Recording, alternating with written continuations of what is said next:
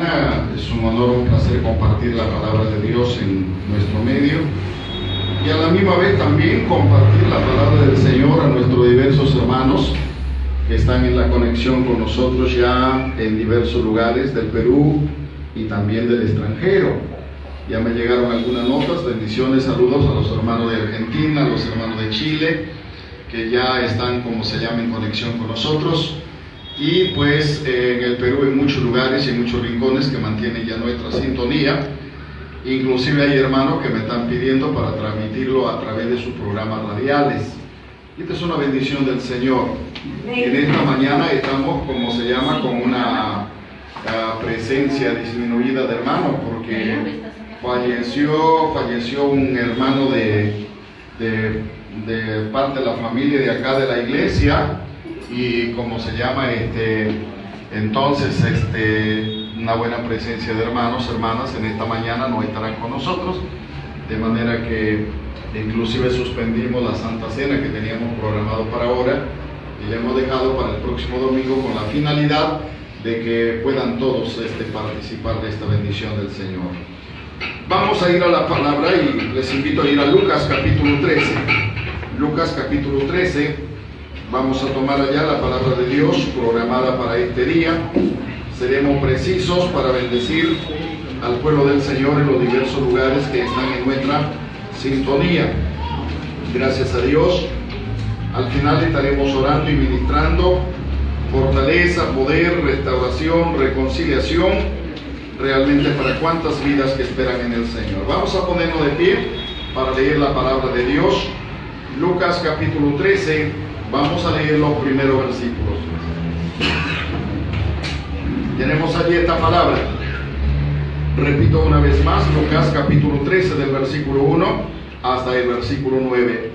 Dice esta palabra del Señor así: en este mismo tiempo estaban allí algunos que le contaban acerca de los galileos, cuya sangre Pilato había mezclado con los sacrificios de ellos. Respondiendo Jesús le dijo: ¿pensáis que estos galileos, porque padecieron tales cosas, eran más pecadores que todos los galileos? Os digo, no. Antes, si no os arrepentís, todos pereceréis igualmente.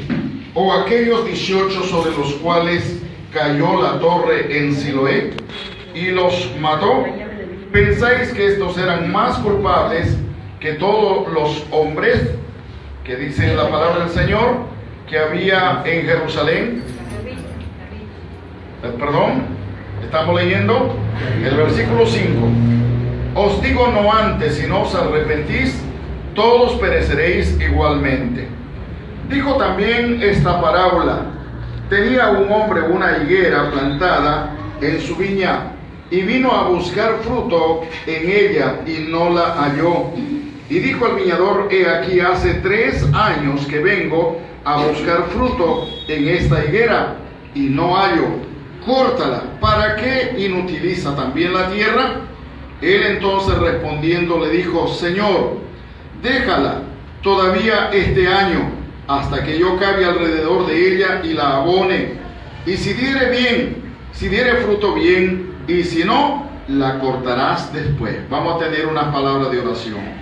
Amado Padre celestial y Dios de la gloria, en esta mañana oramos, Señor, glorificando y alabando y bendiciendo tu nombre santo, y concédenos hoy al compartir esta palabra aquí y en cuántos lugares y cuántos corazones en esta mañana están abiertos para ti, que esta palabra traiga, Señor, edificación, fortaleza y restauración y sanidad en sus vidas.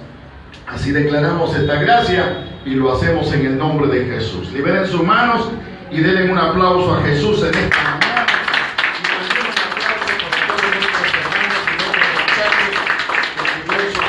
Están en sintonía con nosotros. Dios lo bendiga. Gloria al nombre de Jesús. Su servidor, el pastor Santiago Chávez Laiza, pues realmente bendiciendo a todos. Pueden sentarse, hermano.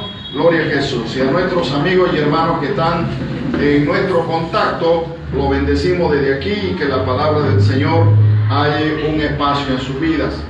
Como ya le hemos anticipado en la internet, el tema de hoy es: arrepentíos o perecerán igualmente. En la semana pues estaba orando al Señor, y en nuestros diversos días de devocionales que tenemos, estamos orando siempre por la palabra que Dios tiene para nosotros, que haya un mensaje, una oportunidad propicia para llegar a nuestros corazones.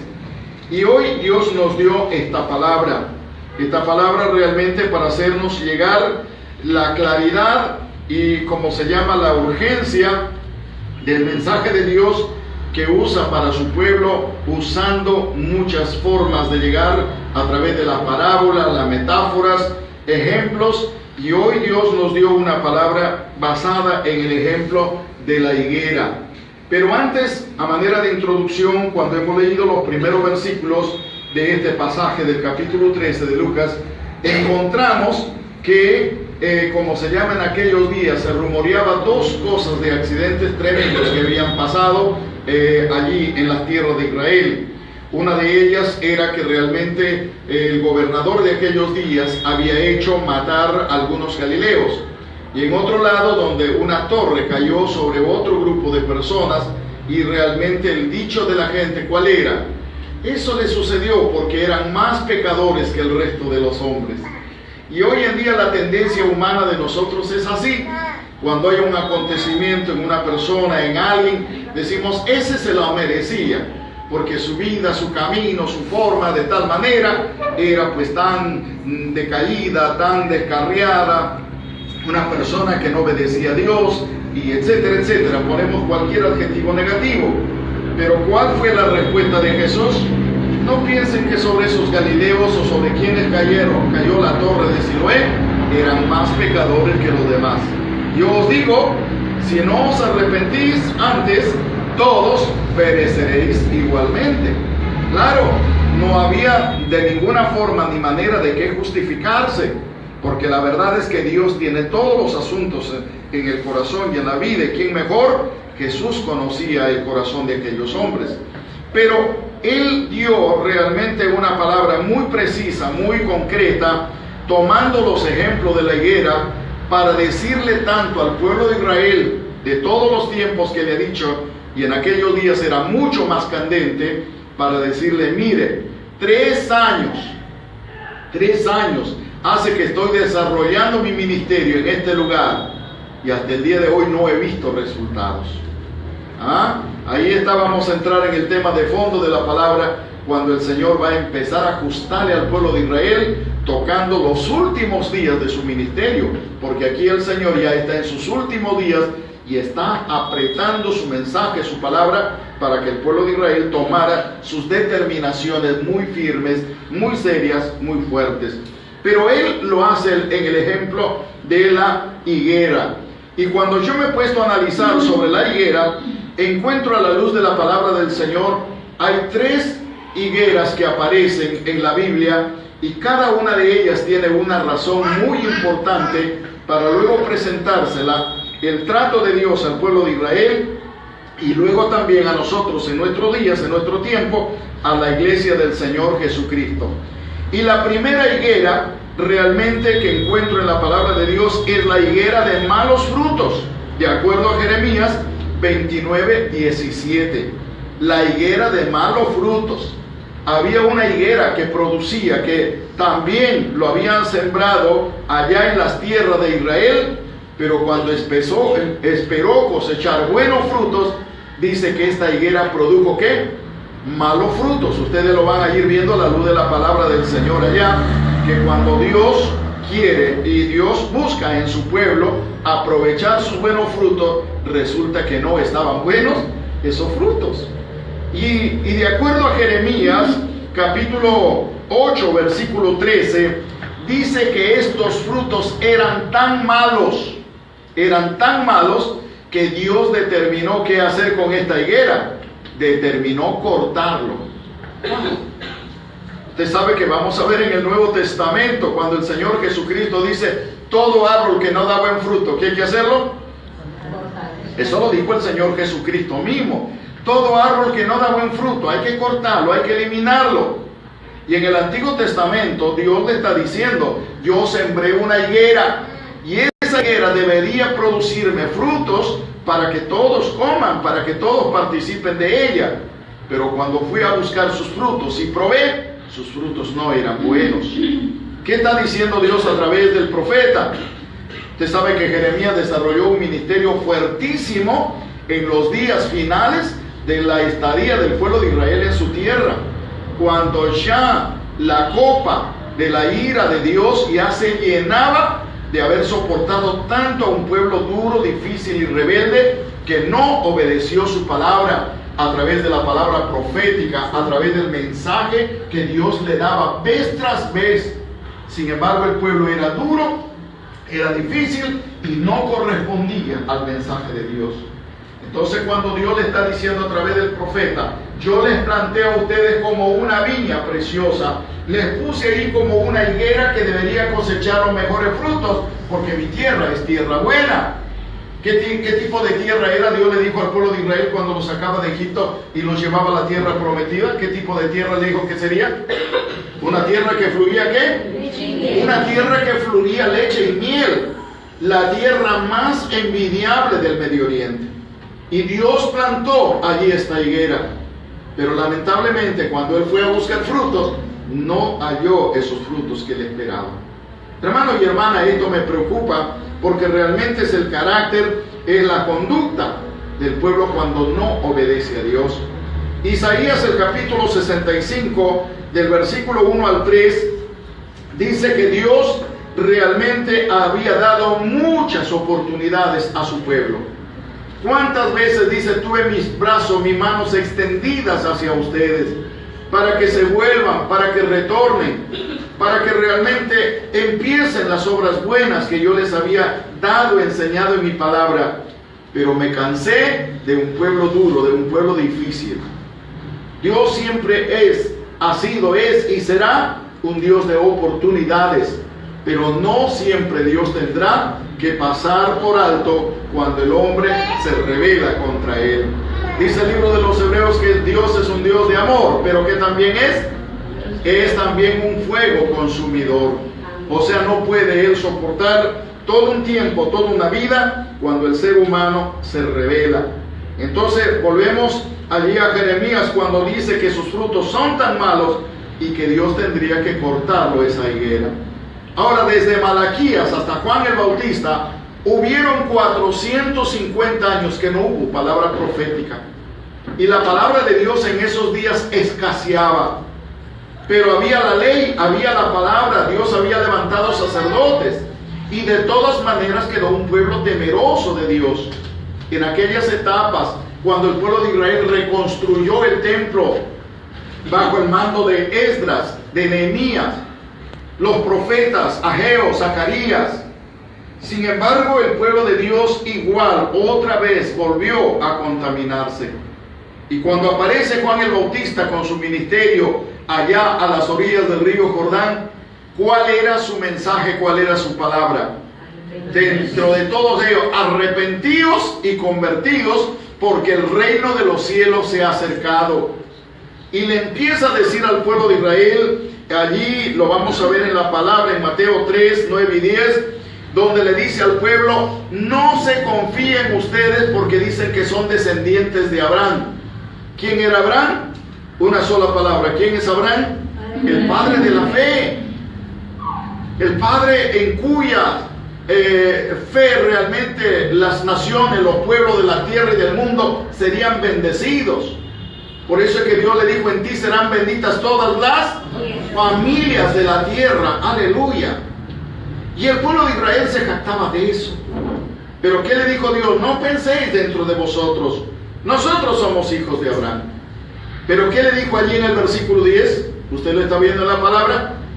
Mateo 3:10. Y el hacha ya está puesta a la raíz de los árboles. ¿Ah? Por tanto, todo árbol que da un fruto, ¿qué será? Él trae un mensaje, Juan. No ha cambiado el tema de lo que Dios dijo a Jeremías. Esta planta que sembré, lo sembré en tierra buena, lo cultivé, lo protegí, le hice un vallado para que... Pero me resultó una higuera mala, dañina, que dio mal fruto. Y por eso Juan dice: ya el hacha está a la raíz, no siquiera en el tronco, no siquiera a media altura, que tenga opción o posibilidad de volver a retoñar. Está. ¿Y qué es lo que dijo allí? Siguió el Señor Jesucristo en Mateo. Allí la encontramos el capítulo 7, versículos 19 y 20. ¿Qué es lo que dijo el Señor allá? Que todo árbol que no da buen fruto será cortado y echado en el fuego. No es solamente que se lo tumba. Entonces mire, esta primera higuera era una higuera que no tenía de qué quejarse. Fue sembrado en buena tierra, protegido y cuidado. ¿Pero qué frutos dio? Frutos malos. Si hoy en día nuestra vida cristiana, aplicando a nosotros, Dios nos ha dado y nos da grandes privilegios, nos da tremendas bendiciones, pero si uno no es fiel a su palabra, no se somete, no se entrega de corazón y de vida, ¿cuál será la palabra del Señor? Cuídate, porque el hacha también está, ¿qué cosa? Está atrás de ti. ¿Estamos aquí o no estamos aquí? Entonces, mire, tome mucha precaución de esta palabra, porque el pueblo de Israel es el pueblo ejemplo de nosotros, como lo vamos a ver pronto. Hermano, la segunda higuera que encontramos en esta palabra es la higuera, hermanos y hermanas, que inutiliza la tierra. Y esta es la palabra que acabamos de leer en Lucas capítulo 13, versículos 6 al 9. La higuera que ocupa un espacio y a la misma vez que hace, inutiliza la tierra. ¡Qué tremendo! ¿Qué es lo que está pasando? Lo podemos volver a leer allá. El versículo 8, que dice en 7, quizás desde el 6, dijo también esta parábola. Tenía un hombre una higuera plantada en su viña y vino a buscar fruto en ella y no la halló. Y dijo al viñador: he aquí hace 3 años que vengo a buscar frutos en esta higuera y no la hallo. Córtala. ¿Para qué inutiliza también la tierra? Bueno, ¿por qué usa la palabra de 3 años? Los que han tenido el privilegio y la oportunidad de sembrar una planta de higo, usted no tiene que esperar la talla o el tamaño. Increíble, usted puede sembrar de una ramita un higo y a los 3 años que usted sembró esa planta de higo, empieza a darle sus primeros frutos. Es una planta increíble. 3 años y la higuera empieza a producir. No importa si es una plantita todavía pequeña, no ha llegado a su altura necesaria, pero a partir de los 3 años empieza a dar sus primeros frutos. O sea, el tiempo está legal. Y cuando una planta de higo ya se ha hecho frondosa a una buena altura, naturalmente sus frutos son abundantes. Y es el único árbol, especialmente en las tierras de Israel, que es un árbol bendecido y privilegiado para el pueblo de Israel, porque se dice que la higuera de allá de Israel produce 2 veces al año. En diversos lugares que he viajado por el Perú y el mundo, he visto algunas plantas de higos, unas excelentes, mejores que otras, pero no había escuchado que den 2 veces al año. Solamente casi la mayoría es 1 vez al año. Pero en la tierra de Israel son esas tierras tan buenas. Dios puso una higuera tan privilegiada para el pueblo que debería dar mínimamente 1 vez al año. Pero 3 años está buscando y no haya fruto. Entonces, cuando algo tiene usted, por ejemplo, en casa, ¿qué pasa cuando usted pone algo en casa y no le es útil? ¿Qué pasa? ¿Cómo se siente usted con eso, con esa cosa ahí? A veces mi esposa a mí me dice: Santiago, te has traído esto acá que solamente nos estorba. Como decirme: ya bótalo por favor, ya no me hace falta, no lo quiero, no lo necesito. Y así tantas cosas seguramente ponemos en la casa, cosas que nos ocupa espacio y son ¿qué cosa? Inútiles. Y aquí cuando viene el viñador, el dueño de la viña, que en este caso, pues el pueblo de la viña, el dueño de la viña, ¿quién sería? Es Dios. ¿Quién es la higuera? Es el pueblo de Israel y también su iglesia. ¿Y quién es el hortelano, el que cuida la viña? Es Jesucristo. Siempre Jesucristo. ¿Con qué carácter? ¿Con qué espíritu? Siempre intercesor. Señor, dale. ¿Cuánto tiempo está pidiendo más de oportunidad? Dale una oportunidad más. Ya 3 años, que sean 4. Dale una oportunidad más. ¿Qué voy a hacer yo alrededor de ella? La voy a acabar, la voy a sacar cualquier tierra negativa que haya y le voy a abonar y le voy a poner todos los mejores insumos para que ella realmente se fortalezca, se levante. Y si después de esto no te da fruto, es tu decisión tuya. ¿Cuántos dicen amén? Amén. Jesucristo siempre abogando, siempre teniendo misericordia, hermano. ¡Qué maravilla! Y esta es la palabra preciosa de Dios cuando aquí el Señor está intercediendo. Y esta misma palabra es para la iglesia del Señor, ¿sí o no? Amén. ¿Qué dice el 1 de Juan 2:1? Hijitos, estas cosas os escribo para que no pequéis. Pero si alguno hubiere cometido pecado, ¿qué? Abogado tenemos para con el Padre, a Jesucristo el justo. Y Él es la propiciación por nuestros pecados, y no solo por los nuestros, sino por las de todo el mundo. Aleluya. Jesucristo hoy todavía es nuestro abogado. ¿Por qué no le da un aplauso glorioso a ese Jesús que tanto nos ama y que tanta misericordia todavía tiene por nosotros? Aleluya. Jesús le está diciendo allí, ¿sabe qué? Al viñador, está diciendo a la gente que está predicando la palabra en Israel: denle un tiempo más, ya me queda poco tiempo, pero quiero que en ese poco tiempo todavía Israel tenga una oportunidad. Pero el pueblo de Israel no la tuvo, hermano. ¿Por qué? Porque realmente ellos estaban cegados en su pecado, y cada día que hacían ellos tras de Jesucristo, estaban allí siguiéndole y buscando un espacio para cómo destruirle, cómo matarle, cómo quitarle la vida.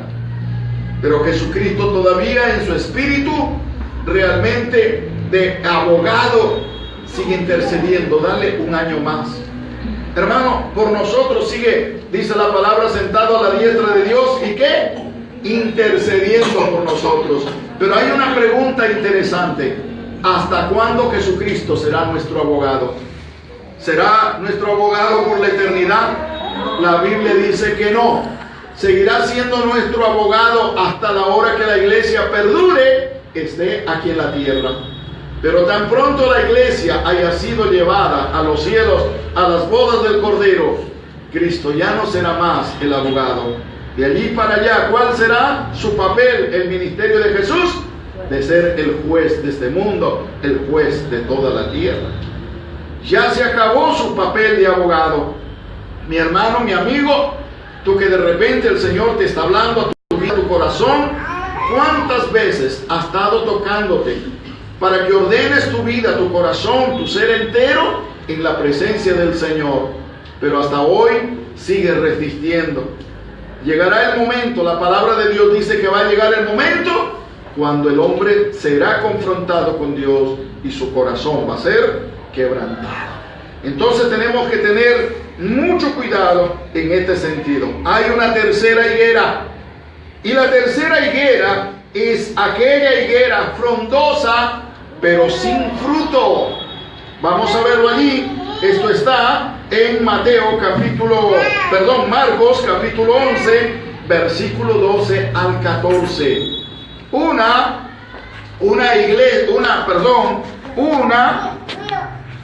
higuera con muchas ramas, con muchas hojas. ¿Pero qué cosa? Pero sin fruto. ¿Cómo se le llama eso cuando algo que aparenta y no es? Pura apariencia, ¿verdad?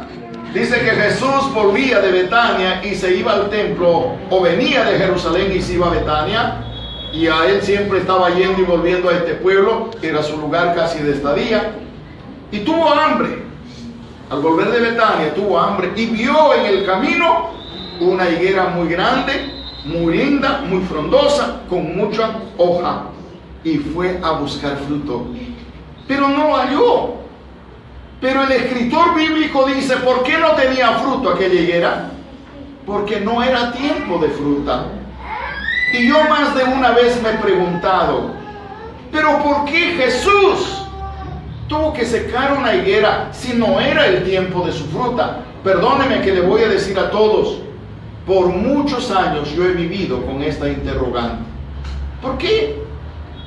Usted recuerda en el capítulo 5 de Marcos, cuando Jesús un día va también a la ciudad, a la tierra de los Gadarenos. Y allí se encuentra con un hombre endemoniado, con legiones de demonios.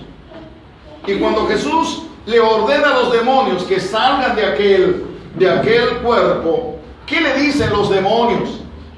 Déjanos ir a ese hato de cerdos. ¿Cuántos cerdos dice que habían aproximadamente? 2,000 cerdos. Y Jesucristo dice, vayan. Y se van los demonios y se posesionan de los 2,000 cerdos. Pero los cerdos no aguantaron con los demonios ni un instante, porque todos se despeñaron y se botaron a las aguas y murieron ahogados en el mar.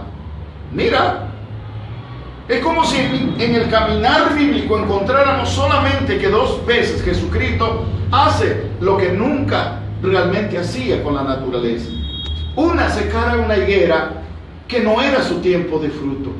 2, permitir que esos demonios salgan y se vayan a los cerdos y los cerdos mueran despeñados. Bueno, un día trataremos ese tema de los cerdos un poco más amplio cuando tratemos el tema del endemoniado gadareno. Pero hoy, analizando la palabra, ¿sabe cuál es el tema? ¿Cuál es el mensaje? Que esta higuera realmente está pagando el precio ilustrativo acerca del pueblo de Israel. ¿Sabe lo que está diciendo Jesucristo? Esta higuera frondosa, con buena apariencia, pero llegó su momento de su fin. ¿Y cuál es? Tiene que morir. ¿Por qué? Porque he esperado todos los años que Dios nos ha dado gracia para encontrar un fruto, pero no hemos encontrado. Y maldice a la higuera y se seca. ¿Sabe cuántos años después que esta higuera se secó, el pueblo de Israel dejó, hermanos, de ser un pueblo más sobre la faz de la tierra? 40 años después, cuando el ejército romano, bajo el mando del general Tito, hermanos, rodearon toda la ciudad amurallada de Jerusalén, porque los judíos se habían rebelado con Roma.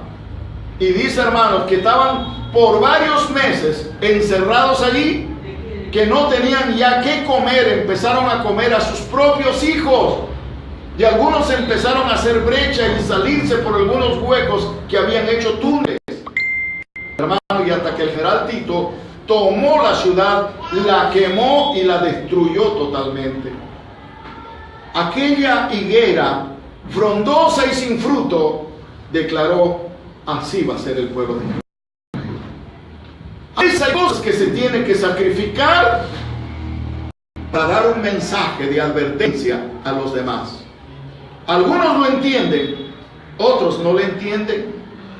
Aquí esta generación de aquellos días de Jesús. Oye, los galileos.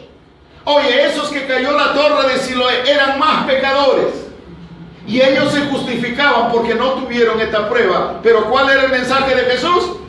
Si no os arrepentís, todos perecerán igualmente.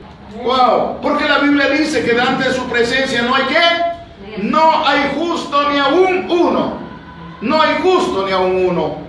Hermano y hermana, este es el tiempo. Yo creo que la iglesia del Señor está pasando un gran problema y aquí Dios nos está hablando. El pueblo de Israel se había hecho un pueblo como una rama frondosa. Se jactaban de qué cosas. Uno de ellos que se jactaban de ser hijos de Abraham, como ya lo habíamos dicho. Y les voy a dar algunas citas bíblicas para los hombres y mujeres de Dios que toman nota. Por ejemplo, Juan 8:33, Juan 8:37, Juan 8:39. Lo repito la cita.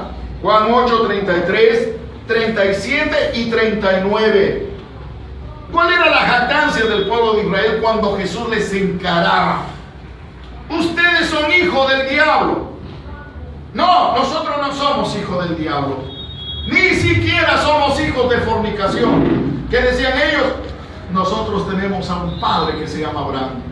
¿Y qué les encaraba Jesús? Si fueran hijos de Abraham, las obras de Abraham harían. Pero ustedes quieren matarme y me van a matar.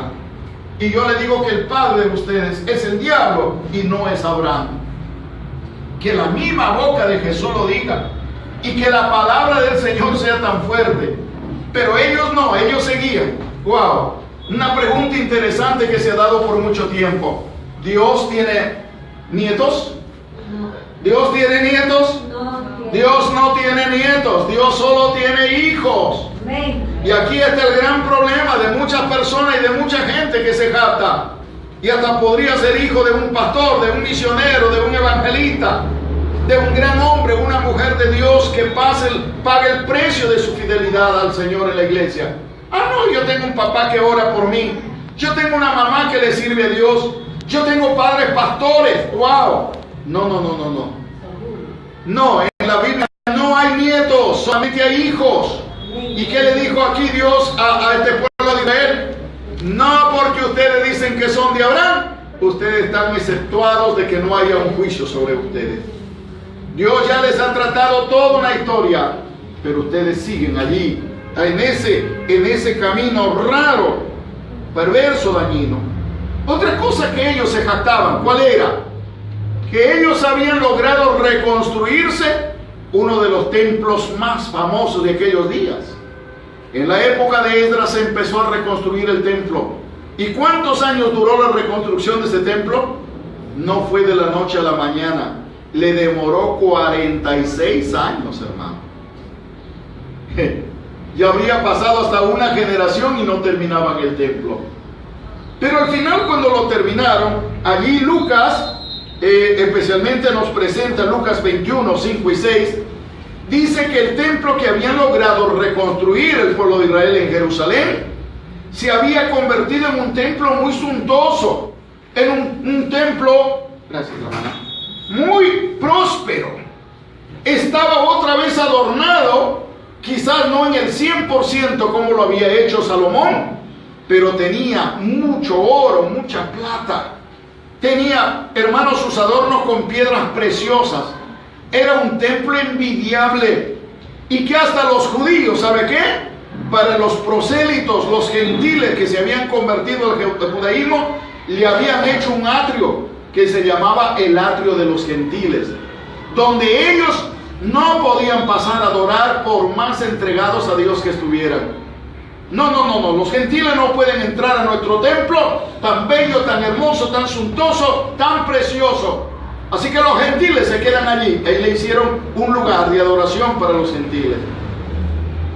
Pero, ¿sabe cuando Jesús entra allí en el templo de Jerusalén? Y como se le llama en la Biblia, la entrada triunfal, que de acuerdo a los teólogos más amplios, profundos, la verdad es que nada tiene que ver con el aspecto de ¿qué? De una entrada triunfal, que eso lo explicaremos en otro tema, si Dios nos permite también. La verdad es que estaba simplemente, ¿sabes qué haciendo ellos? Estaban nada más ni nada menos que haciendo algo que simplemente era para su orgullo y su jactancia. ¿Por qué? Porque cuando Jesús entra al templo de Jerusalén, ¿cómo lo halla ese templo? Hermanos, que si ellos votaban a la gente afuera para que adorasen a la gente afuera, pero adentro, ¿qué lo habían hecho su templo? Habían hecho una cueva de ladrones. ¿Por qué? Porque el templo estaba, ¿de qué forma y de qué manera? Dice que estaba lleno de negocios. Habían llegado de tal forma a desvirtuar el valor de aquel templo que hasta llegaron a meter animales. Había ovejas, había cabritos, había palomas, ¿y qué más? Y los cambiadores de monedas. Así que el templo estaba ocupado, ya no había lugar donde adorar a Dios. Pero su jactancia de ellos, ¡ay, tan hermoso templo! ¿Qué significa eso? Solamente hojas y nada de frutos. Y por eso que Jesús dice que cuando entró al templo, ¿qué se hizo? Un chicote poderoso, y sacó a los animales de adentro y a los campistas les volteó sus mesas y todo, que a patada lo sacó a toda esa gente para afuera. ¿Y qué dijo Jesús? ¿No habéis leído que mi casa será casa de oración para todas las naciones? ¿Y ustedes qué lo han hecho? Lo han hecho cueva de ladrones. Qué triste, hermano y hermana, cuando las personas hallamos ciertas formas y maneras para jactarnos, pero que la realidad de la vida no es esa y no es así. Y por eso Jesús, que le dijo a sus discípulos: no se jacten de este lugar, porque va a llegar pronto el momento cuando esta casa no quedará, ¿qué cosa? Piedra sobre piedra. No va a quedar piedra sobre piedra. Y eso 40 años después sucedió, porque dice que cuando el general Tito y su ejército entraron, hermanos, los judíos pensaron, los que estaban adentro, refugiarse en el templo de Jerusalén. Y se metieron todos los que más pudieron al templo de Jerusalén. Papá, mamá, hijos, toda la familia, pensando que los romanos, hermanos, tendrían misericordia y por haberse metido en el templo les perdonaría la vida. Pero ¿sabe lo que dijo Tito? Arránquense todos los árboles que hay en Jerusalén y sus alrededores y pónganle un montón encima del templo de Jerusalén y enciéndanle fuego. ¡Wow! Qué triste habría sido, hermanos, para aquellas familias que lograron meterse adentro, porque todo estaba cubierto de ramas y de árboles, y le metieron fuego. Y cuando toda aquella gente se quemó, porque ardieron, hermanos, allí totalmente, hermano, ¿qué dijo más el general Tito? No dejen ese templo una piedra sobre otra piedra, métanle barreto, métanle todo lo que se puede y túmbelo. Y solamente, ¿sabe qué es lo que dejaron? Lo que hoy en día se conoce los muros de los lamentos, que era una parte del templo de Jerusalén. Y hoy en día, al costado del muro de los lamentos, ¿qué se ha construido? La mezquita de Omar de los musulmanes. Y que por cuya construcción los judíos no pueden volver a reconstruir su templo. Hermanos, y eso les duele el alma al judío de hoy en día. La iglesia mesiánica, o sea, los judíos convertidos a Cristo, ellos entienden profundamente este trato y saben que fue muy doloroso, y hasta el día de hoy, hermanos, sufren, lloran y se lamentan. Por eso cada vez que un judío sale de su país y vuelve a su nación, lo primero que hace, ¿sabe cuál es? Ir a los muros de Jerusalén y allí llorar amargamente, como decir: mira la triste historia que nos tenemos que experimentar. Pero eso Jesús lo dijo: cuando ustedes son pura apariencia, al final, ¿cómo van a quedar? Van a quedar en nada, como esta higuera que yo ordené, maldije y se secó. Amén, hermano. Entonces, mire, el tercer paso y el tercer caso de una higuera frondosa pero sin fruto. Ahora, en cuarto lugar, y para aplicar esta palabra de esta mañana, quiero que usted lea lo que dice Pablo en 1 Corintios, el capítulo 10, del versículo 1 al 12, donde Pablo, y este es el cuarto paso donde yo quiero hablar, Israel, el ejemplo para la iglesia de nuestros tiempos. Israel, el ejemplo para la iglesia de nuestros tiempos. 1 Corintios 10, 1 al 12. Pero quiero resaltar especialmente el versículo 6, el versículo 11 y 12. Donde Pablo dice allí, ustedes lo pueden ver en la palabra, que todos los acontecimientos que se dieron en el pueblo de Israel, estos sucedieron como para qué, como para ejemplo hacia nosotros. Mire lo que dice el versículo, especialmente el versículo 6. Tómelo en cuenta, que todo lo que aconteció en el pueblo de Israel sucedió como ejemplo, ¿qué? Como ejemplo para la iglesia del Señor. Vaya ahora al versículo 11 y 12 y vamos a volver a ver que Pablo ratifica que lo que le aconteció al pueblo de Israel es la advertencia para que la iglesia del Señor Jesucristo en estos días tome sus verdaderas precauciones y responsabilidades. ¿Estamos aquí, hermano? Estamos ahí. Entonces, ¿qué es lo que Dios está diciendo, hermano? La iglesia de estos tiempos, la mayoría de los teólogos están de acuerdo que entre las 7 iglesias del Apocalipsis la iglesia de Todías no estaría muy lejana a la iglesia de la Odisea. Y la iglesia de la Odisea lo podemos encontrar en el capítulo 3, allí esta palabra bastante amplia y fuerte, desde el versículo 14 al 22. ¿Cuál era la característica general de la iglesia de la Odisea? Era una iglesia jactanciosa. Era una iglesia de esos días que se jactaba y decía que era una de las tremendas y grandes iglesias. El libro de Apocalipsis, capítulo 3, versículos, dije del 14 hasta el versículo 22. El último libro de la Biblia. Allí nosotros vamos a encontrar que esta iglesia tenía estos problemas siguientes y que es muy parecida a la iglesia de nuestros tiempos. En primer lugar, hermanos, esta iglesia, ¿cómo era? Era una iglesia, hermanos, frondosa, que se jactaba de muchas cosas, pero cuando Dios le juzga, Dios le ve que es una iglesia que no tiene frutos, que era una iglesia solamente de ¿qué? Una iglesia de apariencia. Por ejemplo, una cosa que esta iglesia se jactaba, ¿cuál era? Que esta iglesia era una iglesia muy rica, pero empezando por su carácter espiritual, ¿cómo era? Era una iglesia tibia. Y esto usted lo puede ver, como se llama especialmente en los versículos, en el versículo 15, Apocalipsis 3:15. Tengo una cosa contra ti porque eres tibia. Bien fuera si fueras fría o fueras caliente, pero eres tibia. Ahora, me llama la atención, ¿qué tiene que ver el aspecto de la tibieza? Hay mucha gente que acostumbra en el frío a tomar todo tibio. Pero yo en el frío, ¿qué yo lo que prefiero? Prefiero calientito. Y cuando hace mucho calor, ¿se puede tomar el tibio? No, yo prefiero bien frío. Y por eso es que Jesús le está diciendo, bien eres caliente o bien eres frío. Pero por cuanto eres tibio, ¿qué? Te vomitaré de mi boca. Porque lo tibio no siempre. Yo acabo de estar cerca de 3.000 metros sobre el nivel del mar, en las alturas de Cajamarca. Y siempre le estaba rogando a los hermanos, hermano, por favor, tráigame sopa bien caliente. Por favor, hermana, mi té que esté bien caliente. Porque a unos 2, 3 minutos ya se estaba enfriando, hermano.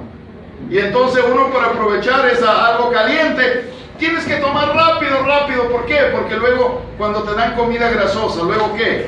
Ya no lo puedes comer. Pero si está caliente ahí. Y por eso es que, bueno, los japoneses especialmente, a ellos les traen su olla en su misma brasa de fuego. Y ahí se van sirviendo en etapa de invierno, allí la olla está hirviendo y ahí está la cocina misma en la mesa. Entonces de ahí para que la sopa no se vaya enfriando. ¡Qué interesante! Pero en época de calor, ¿qué dicen? Tráeme una jarra de refresco, bien heladita, y por si acaso ponme hielo más al lado. ¿Para qué? Para seguir tomando bien frío. Pero a nadie le gusta el tibio, ¿verdad? Y Dios eso es lo que le dice a esta iglesia. Por cuanto eres tibia, te vomitaré de mi boca. Pero en segundo lugar, ¿qué le está diciendo Dios aquí a la iglesia? Que era una iglesia que se jactaba de posesiones materiales.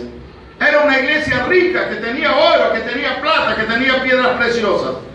¿Y sabe lo que Dios le dice en el versículo 17? Tus riquezas que tú la ves son cosas solamente materiales.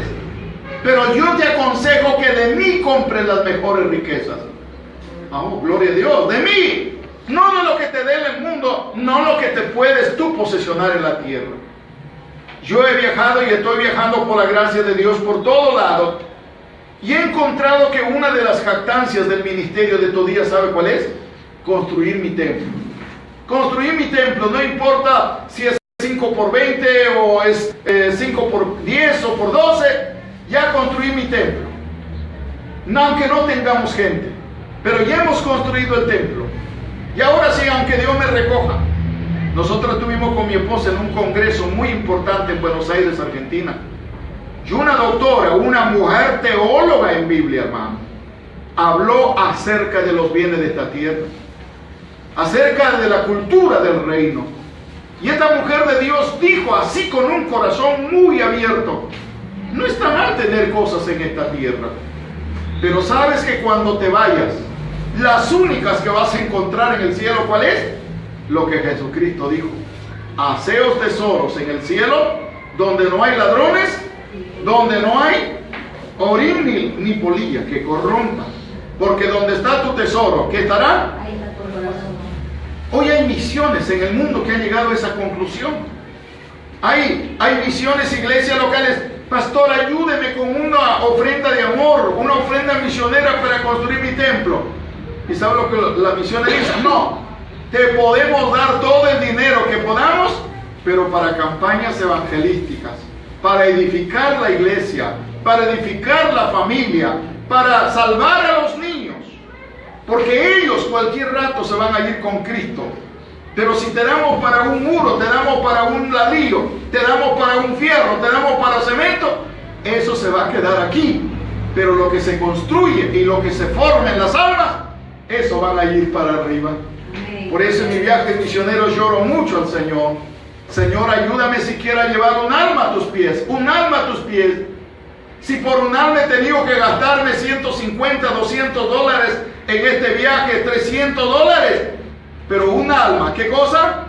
Ya lo sobrepasa todo. ¿Por qué? Porque hay un nuevo nombre en el reino de Dios, un nuevo nombre escrito en el libro de la vida. Amén. Y si esa alma se va con Cristo, nuestra ganancia está asegurada en los cielos. Pero la iglesia de la Odisea decía: no, todo tenemos aquí. Tenían allí, pero no tenían frutos de almas salvadas. Así que, iglesia del Señor, hay que tomar esto en cuenta. Pero algo más, dice que esta iglesia en todo ello, de acuerdo al mismo versículo 17, ¿cómo Dios le puso a esta iglesia? Era una iglesia ciega, ¿y qué más? Y desnuda.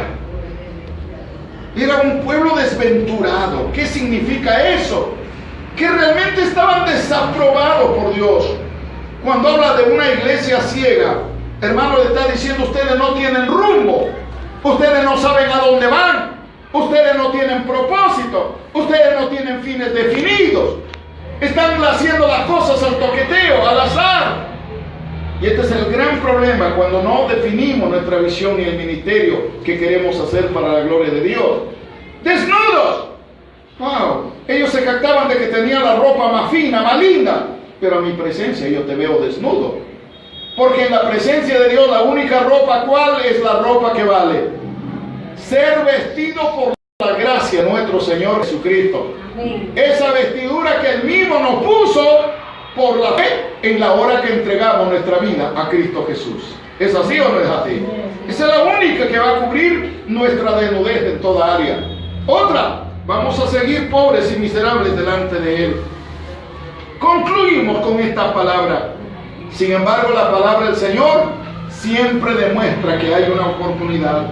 El versículo 18 al 20, hermanos, allí nos va a presentar, especialmente en el versículo 19 de Apocalipsis 3:19. ¿Cuál es la palabra de Dios para su iglesia? Arrepiéntete. Arrepiéntete. El retorno a Dios, hermano, no es que yo vuelva haciendo buenas obras. No es que no haya pecado. No es que no haya hecho nada malo. El verdadero retorno a Dios, ¿cuál es? El verdadero arrepentimiento. Cuando el hijo pródigo determinó volver al seno del Padre, ¿cuál fue su expresión? He pecado contra el cielo y he pecado contra mi Padre. Allí estaba determinando ¿qué cosa? Un genuino, un verdadero arrepentimiento. Número 2, otra cosa gloriosa es que hay lo que Dios está diciendo. Hermanos, toma las verdaderas riquezas de Dios, de acuerdo al versículo 18, para que seas rico y yo te dé a mi aprobación.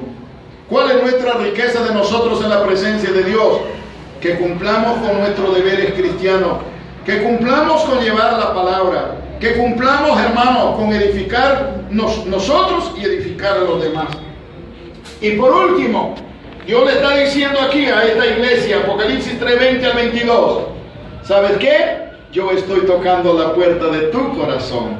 Y el que oye mi voz, y luego ¿qué? Y abre la puerta, entraré a él y cenaré con él y él conmigo. Mi estimado hermano y hermana, amigo y toda persona, la única forma que Dios quiere tratar con nosotros son estos caminos. Él está tocando la puerta de nuestro corazón y nuestra vida. ¿Cuál es su plan y su propósito? De que nosotros volvamos arrepentidos a Él con todo nuestro corazón. ¿Qué hará Él? Hermanos, Él nos va a perdonar. ¿Por qué? Porque esa es la razón de su ministerio, de nuestro Señor Jesucristo. Por eso que dijo Él: yo soy el camino, la verdad y la vida, y nadie viene al Padre si no es por mí. Y Pedro lo confirma en Hechos 4:12: porque no hay otro nombre bajo el cielo dado a los hombres en que podamos ser salvos. No lo hay. El hombre, la mujer, crea lo que crea, piense lo que le puede salvar, pero eso no es la verdad. La única verdad es Jesucristo. Él es el único camino. Por eso cuando el carcelero de Filipos gritó: varones hermanos, ¿qué haré para ser salvo? ¿Cuál fue la respuesta apostólica? Cree en el Señor Jesucristo y serás salvo tú y tu casa. Yo quiero que la iglesia de Dios se ponga de pie en esta mañana. Y voy a ministrar, voy a orar. ¿Para qué? Para que la palabra de Dios realmente siga. Vamos a orar por las personas que están manteniendo nuestra sintonía. De repente tú en tu hogar, en tu familia, estás viajando, estás caminando, y allí Dios está hablando con tu vida, con tu corazón. Yo quiero que en este momento vuelvas tu ser entero para Dios. Y díselo: Señor, por mucho tiempo yo me he estado jactando de ser una persona fulana de tal y de tal, pero ahora has desnudado mi vida y me doy cuenta que soy un pobre, miserable, solamente de apariencias, pero no tengo nada en mi vida que glorifique tu nombre, que te honre. Órale, órale, Dios. Pide perdón al Señor. Dile: Dios de la gloria, ahora me doy cuenta que las apariencias no valen nada delante de ti. Lo único que vale, Señor de la gloria, es que vuelva con mi vida y mi corazón arrepentido. Vuelve tu vida, tu corazón para Dios, y concédele al Espíritu Santo que tome su espacio en tu vida y te haga un hombre, una mujer de Dios, restaurado y sanado. Sigue inclinando tu rostro, que voy a orar por ti. Amado Señor, Padre Celestial, oro por tu pueblo, tu iglesia, Señor, acá, que están consumidas sus corazones, entregados y arrepentidos. Oro también, Señor de la gloria, oro por los hombres y mujeres de Dios que en este momento están en la sintonía, Señor amado, de esta palabra a través de la internet, en sus hogares, en su trabajo, viajando, pero su vida, su corazón se vuelve para ti, amado Padre. Perdónale, Señor de la gloria, restitúyeles al puesto que tú quieres, que ya no se confíen en las apariencias, sino que de verdad sean hombres y mujeres transparentes delante de ti, lavados y redimidos por la sangre de Jesucristo. Oro en esta mañana, ministrando salud, ministrando sanidad, que toques esos cuerpos enfermos, adoloridos, que toques a esas vidas que se sienten desahuciados. Tu palabra dice: lo que para el hombre es imposible, para ti es posible. Sigue glorificándote, Señor. Sigue tocando, Dios del cielo, y sigue obrando, Padre. Quiero en esta mañana orar por un hombre o una mujer de Dios cuya vida no ha sido entregada para Jesús. Yo quiero que ahí en tu lugar donde estás, tú recibas a Jesús como tu Salvador personal. Quizás, hermano, hermana, has reunido allí a un familiar, un pariente, un amigo tuyo, y está a tu lado. Ayúdale a recibir a Jesús como el Salvador de su vida, haciendo esta oración. En esta mañana, repítelo conmigo, en esta mañana: amado Jesús, acabo de recibir tu palabra. Reconozco que soy pecador. Síguelo diciendo: he pecado contra ti, he hecho lo malo delante de tus ojos. Y Señor, en esta mañana te entrego mi vida, te entrego mi corazón, para que me perdones, me limpies, me laves con tu sangre preciosa que derramaste en la cruz del Calvario. Porque en esta mañana yo me rindo a ti, te entrego mi corazón, te entrego mi vida, te entrego todo mi ser, para que desde hoy me recibas como un hijo, una hija tuya. Escribe mi nombre en el libro de la vida, porque desde hoy te serviré solo a ti, y haré solo tu voluntad para gloria de tu santo nombre. Así lo declaro, Padre, y lo hago en el nombre de Jesús, nuestro amado Salvador, nuestro amado Salvador. Amén. Dios te bendiga, hombre y mujer de Dios, que has hecho y has rendido tu corazón y tu vida para Jesús. La iglesia le da un aplauso a Dios.